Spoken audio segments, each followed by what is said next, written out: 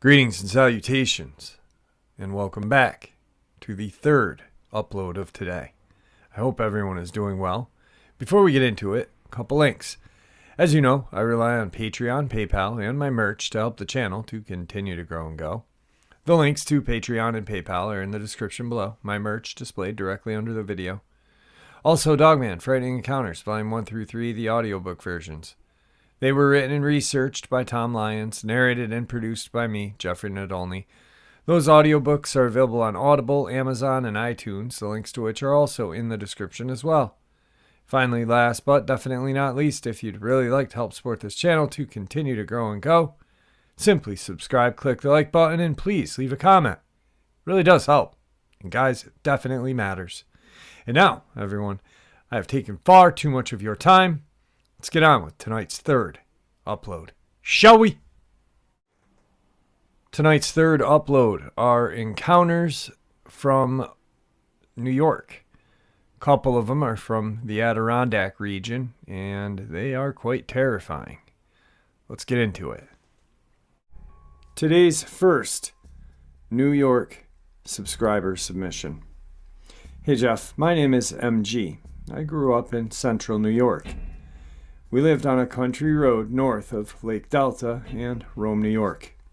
It was summertime. The area consists of large rolling hills, thick green forests, dairy farmer fields. Numerous streams in the area cut valleys into countryside as they wind their way to the lake and Mohawk River. Where we lived, there was a small cluster of homes. A dairy farm sat just down the way. My home's backyard was bounded by barbed wire fence. Beyond that was a sprawling field. The farmer used to grow fodder for his dairy cows. The crops changed from corn to alfalfa. This year it was corn. Far on the other side of it, the field was bordered by a stream that ran into the hills and formed a gully that grew deeper and further into the hills you went. On the side of the hill was a large grazing area the farmer used for his cows. Beyond this was solid woodland for miles, interrupted only by the occasional country road or farm. I feel I must give a detailed layout of my yard, as that's where first what I believe now is a Dogman. We had a large yard. The front had a slight raise. A line of tall pine trees bordered the front, with a patch of birch trees on the left front border. There was a large maple tree on the right side of the yard that was easy to climb in. This was set between the front row of pine trees and the house. The right of the house was two more large pines. The frontmost had an old tire swing. The backyard was also many pines. We had a German shepherd who lived outside in the backyard during the warmer months. She was on a chain attached to her doghouse. At the time I was 14, my life was normal for the most part. The original Nintendo was all the rage, but I loved being outdoors by myself or with my friends. I'd set off on long bike rides or hikes into the surrounding woods and valleys. I partook in archery and target shooting. In the winter, we rode our snowmobiles. This was still a time when kids had a lot of freedom. Since I was 8 or 9, my parents had let me go off exploring on my own. Sometimes I even walked into the large field and woods behind our house at night, enjoying the stars and the moonlight. That would be the last summer I'd be going into the woods or our field by myself at any time of the day. A few weeks before the encounter, a kind of malaise fell over the area and me. It's hard to explain. Summer break should have been a happy time of year, but something felt off. Like an anxious, dark feeling, it was felt in the woods and fields where it was too quiet and subdued. Something felt wrong or off. Mike, my best friend growing up, felt this as well. We spent a lot of time at each other's places growing up, and he was around for everything that we saw. The night was strange. My parents were out of town, my older sister was working and didn't get home until 2 in the morning. Like I said, it was summer break. Mike was over. We had planned to have a bonfire, but a weird and oppressive feeling had caused us to decide to watch TV and play video games instead. Later that night, my dog was going nuts in the backyard. Now, normally, if an animal were about, her barking would scare whatever it was off. This time, though, she was not stopping. I first yelled out the window, and she kept barking. So I went out and checked the backyard with a flashlight and the house's floodlight. Nothing. I spent some time calming her, and she quieted down, but still seemed on edge. I myself also felt uneasy. Shortly after going back inside, Mike said that he had felt like we were being watched. He said he heard something moving in the front yard while I was outside. We had no AC, so the windows were open at night. We turned the lights off in the living room to see outside. The living room had a large bay window that looked out into the front. We had 2 lights out in front. Both were yellow to avoid drawing insects, so there was little light to see by. We sat in darkened silence for a time. A lone car drove by, and we saw something move in the birch patch to the left. I shined a beam from the flashlight out, but we couldn't see anything. As soon as I shut off the beam, something large bounded very quickly down the line of pine trees in the very front of our yard. We could hear its movement. It clearly cleared the width of my large front yard within seconds. I thought it was someone playing a joke on us, or just a guy, because whatever it was had been clearly running upright. That much we definitely could tell. We were both scared at this point, and I was debating on calling my parents. When we saw it, it had climbed to a low branch in the maple tree and was peering directly at us. There was no eye shine. The eyes were black and did not catch the yellow light. It had pointed ears. Then it pulled back to where we could not see it anymore. With no eye shine, we thought still maybe someone, like my jerk brother-in-law, was playing tricks and that maybe it was some sort of mask. We grabbed the flashlight. We each had armed ourselves with a knife and decided just to step on the front porch and shine the light in the tree. We slowly opened the door and went outside. We were ready to get back in quickly if we had to. I shined the light, and the thing dropped down from the tree, cut towards the right side of the house, moving fast. It was 6 to 7 feet tall, dark gray with black fur, inverted knees like a wolf's rear leg, long arms, black eyes. Ears were 6 to 8 inches, but now flatter to its head. We were too stunned to run or do anything but watch. It happened so fast, it dashed to the side of the house. It hit the tire swing, sending it careening about. My dog was barking furiously. We were dumb enough to move to the side of the house. We had heard it bound away. It must have jumped the barbed wire fence, because we heard it crashing through the cornfield, heading away. I got my dad's gun, a Walter PPK. He had shown me how to use it in case of an emergency. I thought this qualified. We went, I got my dog and brought her in for the night. We told people, but nobody believed us. There were footprints in the yard and the driveway, which was a sandy gravel. They were large. My dad dismissed them as a large dog or maybe a coyote. In the tree, we found what we thought were claw marks. We for sure found very coarse, blackish gray hair. My dad again said it was nothing, either a raccoon or even a frayed old rope. We could see the path it had taken through the cornfield due to it busting and mangling the stalks. Several other strange things happened that summer. We now brought our bows and knives with us when we went to the surrounding woods and fields. We only went out during the day, and we were looking for signs of the thing we had seen. About a week later, walking by the stream I mentioned earlier, we caught a strong smell of decay. We came upon 2 dairy cattle that, for a lack of better terms, were torn to shreds. The smell was awful. Chunks of flesh had been torn from them. One of the ribs had been busted in, like something just tore it out. The other's head had been twisted off and laid several feet from the body. There were still organs and plenty of flesh. My mother actually walked out with us to see them. We went to the dairy farm down the road to tell the farmer. He acted unconcerned. He said he had butchered them for meat, but these animals were not butchered. They still had intestines, organs, skin. The meat missing was gorged out. We wondered if he was covering something. My mom was satisfied by his explanation. Soon after, in another location, this time in the grazing hillside the farmer let his cows out onto, we came across grass soaked in blood. We found long, thin, bloody strips of flesh with cow hair attached to them. The next morning, when we woke up, there was a single, long strip tied around the barbed wire fence in the backyard. We thought at the time that the thing was playing with us.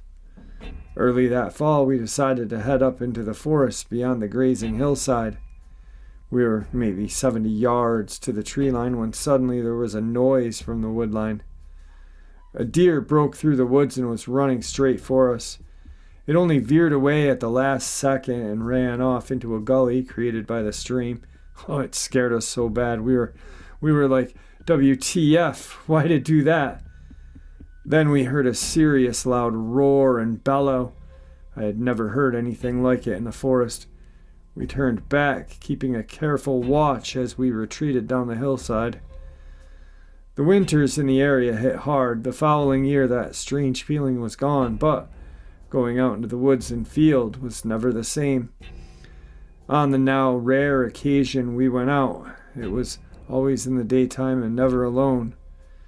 Even going to high school and becoming a young man, I'd have friends over and we'd have bonfires and a few underage beers. I always kept my eyes to the field and the woods. Always. Also, we both had the feeling this thing watched us many times. We felt like it was playing games with us. Today's second Dogman New York subscriber submission. Now, I had mentioned when I narrated this the first time, probably about a year ago, that strangely enough, my mom had hiked this while pregnant with me. And I just kind of realized that this person was where my mom was 1 year previous to her going hiking while pregnant with me. Insane.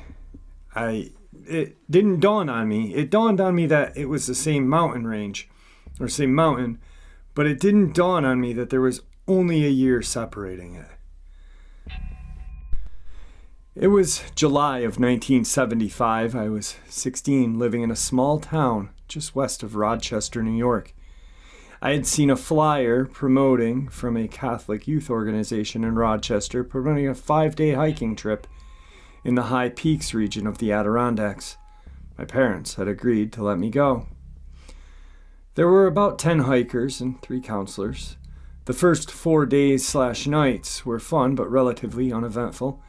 Hours on the trail, rarely meeting anyone else on the trail, living on freeze-dried food, jerky, pemmican, and fruit leather, sleeping in trailside lean-tos or setting up our tents around fires. The last day was spent on the ascent of Mount Marcy. We spent the last night at the base of the mountain. Our tents were set up in a semicircle around the fire. We sat around the fire, singing the obligatory songs, telling jokes, laughing, sharing ghost stories. We were all in good spirits. One by one, everyone retired to their tents. My tent mate went as well, leaving me alone by the fire. As usual, I was the last one left by the fire. I've always loved night, especially when in the woods. So many people do not realize how alive the woods are at night. The animals scurrying through the leaf litter on the forest floor, the occasional call of the night bird, roosting birds changing positions. On this night, there was all of that, and off in the distance, there was one of my favorite nature sounds, the haunting call of the loon. I sat there looking into the fire for quite some time, feeling happy that I had a wonderful time, but also slightly sad that it was going to end tomorrow. Presently, I noticed how quiet it had become. All the sounds of nature had ceased, even the cry of the loon in the distant pond. The only sound was the crackling of the fire. I looked to my right and scanned the semicircle of tents. As I was doing this, I sensed movement out of the corner of my eye on my left-hand side. Turning my head, I saw about 20 feet away, peering out from between the trunks of two huge trees, what appeared to be the profile of a very large wolf's head, about 6 feet off of the ground, a pointed muzzle, large upright ears. Its right eye reflected the firelight. For a brief moment, I was too startled and amazed to be afraid. It's incredible how quickly the human mind can work and how many things you can try to process at one time. I remember thinking, too big for a coyote. There are no wolves left in the area. If there are, they don't climb trees and they aren't 6 feet tall. As I stated, the moment of amazement was very brief. It was replaced by fear so intense that I had felt it in the pit of my stomach.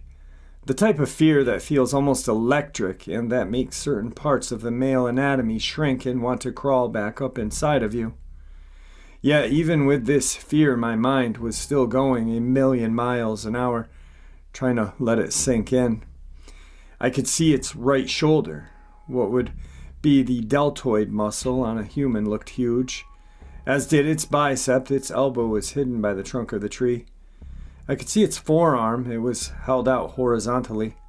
It looked somewhat slender, and its hand, not paw, but hand, with long fingers ending in claws, hung down at a 90-degree angle.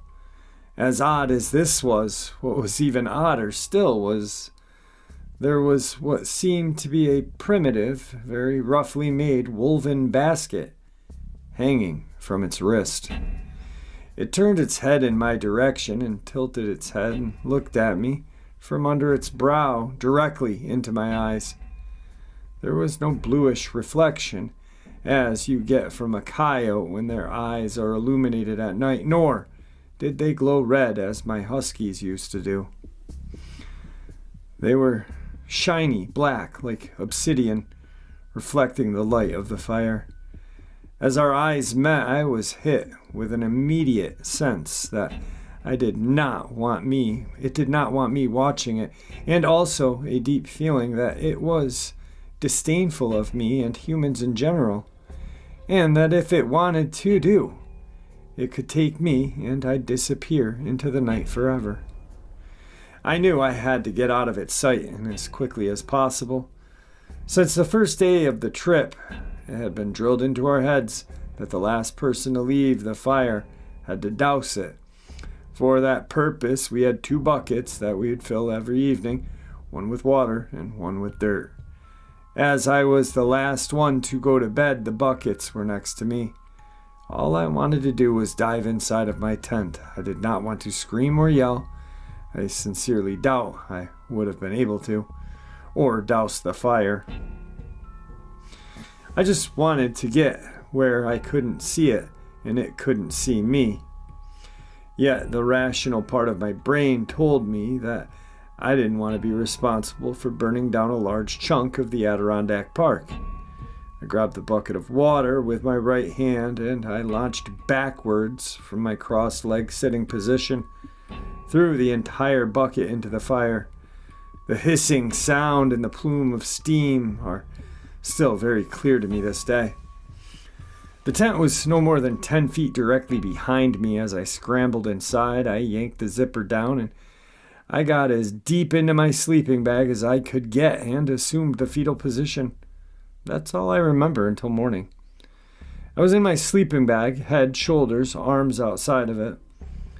I heard birds singing. Their morning song in the tent was slightly illuminated by a gray dawn. As I went to sit up, I realized that the tent flap was unzipped and the lower half of my body was out of the tent.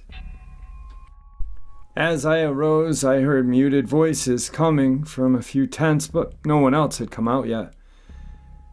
I walked a bit away to find a tree to pee behind, and when I returned, one of the counselors had gotten up to prepare breakfast and asked me if I had slept well. I hesitated and told them that I had. My tent mate came out and I asked him if he had heard anything during the night. He said no. By that afternoon, we were on the bus and on our way home. I never told any of the group what happened. I never told anyone for decades. I've pondered this event for years, analyzing it. I was thinking werewolf, but the only concept I had was the Hollywood version or the medieval accounts of werewolves, such as Peter Stubb. The accounts of them had them assuming the forms of wolves, not something half man, half wolf. The Hollywood versions of werewolves back then were basically just hairy guys with fangs until movies like The Howling came out with creatures similar to what I had seen. But only similar. It could not and still cannot wrap my head around people physically transforming into wolves. As the years have passed, while I still thought about it occasionally, I was busy working my butt off and distracted by life in general, until I heard about Linda Godfrey and the Beast of Bray Road. Bingo! But I still never told anyone about my encounter. Years ago, while watching TV with my wife, I came across a show called Monster Quest, the episode about the American werewolf. I was riveted, so much so that my wife tapped me on the shoulder and said, "For a third time, do you want some ice cream?" My response was in turn to her to say, "That's what I saw." I then told her of my encounter. I'm pretty sure she believes it was just my imagination back then, but she patted my shoulder and said something about it. I believe I saw it, then I believed I saw it. I've read dozens, if not hundreds, of encounters online and in books since then. I found your channel a while back when I googled Dogman encounters, Adirondacks. I'll email you again with an account of a two-dimensional silhouette creature that seemed dog-like, yet also hyena-like. This was in Newburgh, New York, in the mid-'80s. Thank you, P. And here is that email. I can't remember the exact year that this encounter happened. It was early fall, either 87 or 88. I had been an Army MP. My last duty station was the Stewart Army Sub Post at Stewart Airport in Newburgh, New York. After I got out of the Army in 84, I decided to stay in the Hudson Valley instead of returning home to Western New York. I got a job working for a company that did unarmed and armed security, private investigations, and executive protection. This particular job was a surveillance of a sewage treatment plant and a small lake that was the town of Newburgh's water supply. Evidently, there was a bone of contention between the company that wanted to build some houses and local residents concerned that the new homes were too close to the lake and that their septic systems may pollute the water. There was a concern that someone may try to introduce raw sewage into the water supply. I was told that outside of me, the only other people who knew of the surveillance was my boss and the chief of police. My boss met me on the site at dusk and showed me where to set up. There was a dirt road that runs around the treatment plant between the lake and the plant. The vehicle they gave me to use was a Ford Escort. Where I parked gave me a decent view of the plant. The trees were thick enough to do a good job of concealing the car, yet I was able to have a decent view of the plant. Directly in front of me, the trees were so thick and old that they made an arch over the old dirt road, creating a tunnel of darkness. The front bumper of the car was up to where the tunnel of the shadow started. I sat there for hours in the chilly autumn air, windows down, motor off. The person I saw was a worker from the plant who came out to smoke a cigarette. About an hour after I started, eventually, I got to the point where I needed to stretch my legs. I made sure the dome light would not come on, and I got out. I left the door open slightly to avoid making a sound. After stretching a bit, I decided to walk a ways down the dirt road. The trees made it pitch black with little ambient light from the plant was completely blocked by the trees. I cautiously walked for about 20 feet into the darkness when I heard directly in front of me a deep, loud growl. At first I thought someone may be deciding to take their dog for a walk, but then the noxious smell hit me. The smell of musk, decay, and filth. At the same time, the feeling of dread came over me, and the growl came again, but closer. I was carrying a .357 Magnum at the time. I drew it and held it at the ready as I began walking backward. It was only 20 feet back to the car, but it seemed a mile. As soon as I got to the car, I slid into it and shut the door as quickly as I could, and as quietly. No sooner did I do this, something came trotting up the shadows. It was four-legged and huge. If it had approached the car, its head would have been equal to the roof. The head was massive. It had the same general shape as a Burmese mountain dog. It had ruff of fur from its shoulders to the back of its head. The rest of it was odd-looking. While the body might have been about 5 feet long, it still looked too small for a massive head. The back sloped down considerably. Its hind legs were ridiculously short in comparison to the front. The tail was long, slender, and held out horizontally. It was completely black, unnaturally so. It did not seem to have any depth to it. I had a feeling that if it had turned its body, it would have disappeared. No features, no panting, no sounds of its feet as it trotted by. 5 feet from my open window, mind you. It looked neither left nor right as it passed. Needless to say, I stayed in that vehicle for the rest of the night. My boss called me the next afternoon to see how everything went. I told him the only thing I had seen was a stray dog. Nothing happened the next night, the last night that I worked this particular gig. On a personal level, I'll think about being on the show with you. I'm actually quite a shy person for a fairly large tattooed Viking type of guy. Today's third subscriber New York submission is technically it happened in both states, the state of New York and Vermont, because Lake Champlain is shared by both states. And because he was very close to the New York State Bridge, I classify it as a New York encounter. Plus, Lake Champlain is 40 minutes from my house.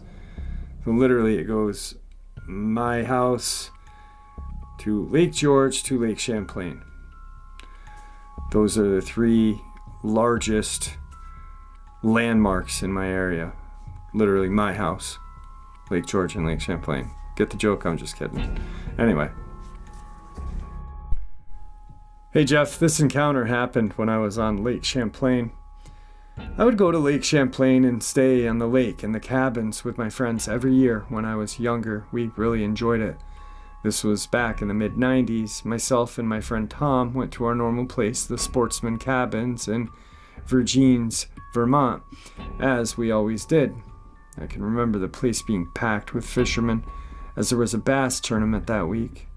Shortly after we arrived, my friend had to leave for a family emergency, so I was going to be alone for a few days at the cabin. There was a group of fishermen the next cabin over that were in the bass tournament. I kind of didn't want to hang around. I don't know why. That night I was alone. I decided to go down to my favorite fishing area. It was a tube that went into the backwater from the road. It was a very popular fishing area on the lake.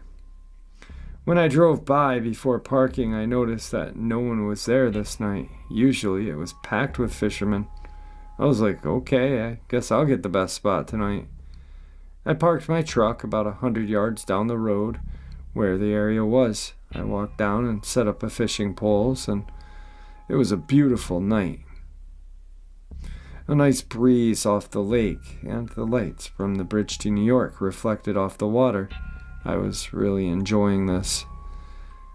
Behind where I was fishing was a black water area where a tube from lake went into, and behind was farmland. I was just enjoying the night. Nothing was biting, but it was such a nice night on the lake. I noticed that off in the distance I heard a howling sound. It was pretty far away, so I wasn't really worried. Not sure what it was, maybe coyotes or something. Well, it's usually coy dogs up here, and possibly a wolf hybrid that was bred up here and released up here, so The lake had such a nice breeze. I could remember the lights from the distant shimmering off the water. I noticed the howling noise kept getting closer. I knew that behind me was backwater, so it would be impossible for anything to cross that, but the noise was still alarming. I kept hearing this howling sound getting closer and sounding more like it was from something much larger than a coyote. I've spent a lot of time in the woods, and I've heard coy dogs and coyotes, so I'm very familiar with them. I was at the point. I was on edge, as the depth of the sound seemed to be coming from a larger animal, maybe even more threatening than what I was used to seeing. You can imagine being all alone and hearing a howling sound steadily getting closer, and definitely was getting closer.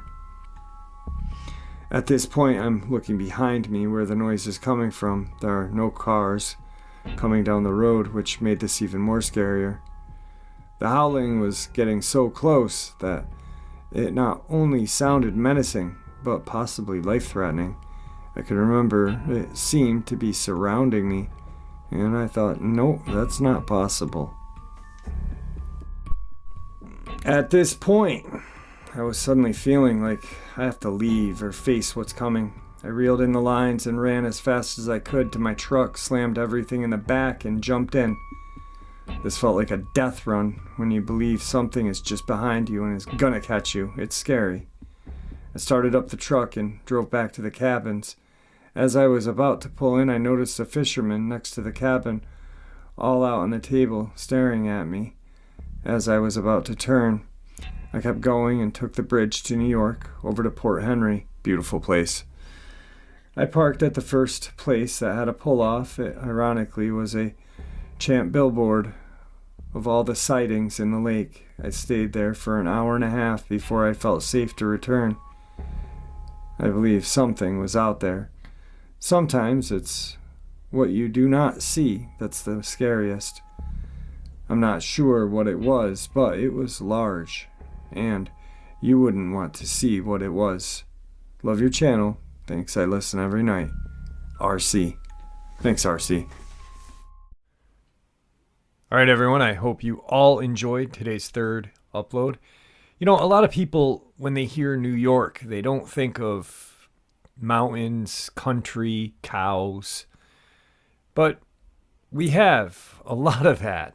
A real lot of it, actually. The state park that I live in is 9,000 square miles. A little more than that, but not much more. And a lot of woods for something or some things to hide. And the more that I think about the strangeness that occurs up here, I'm really thinking that we all may be overlooking the obvious. The obvious may be right in front of us. The answers that we're all looking for may be right there in front of us, and we are just looking for something so complex that we miss it. Anyway, terrifying encounters, and a cold night in upstate New York. 35 degrees and getting colder. So, everyone, stay warm, stay safe. May the Great Spirit watch over us all, and may He guide us down that path that we call life.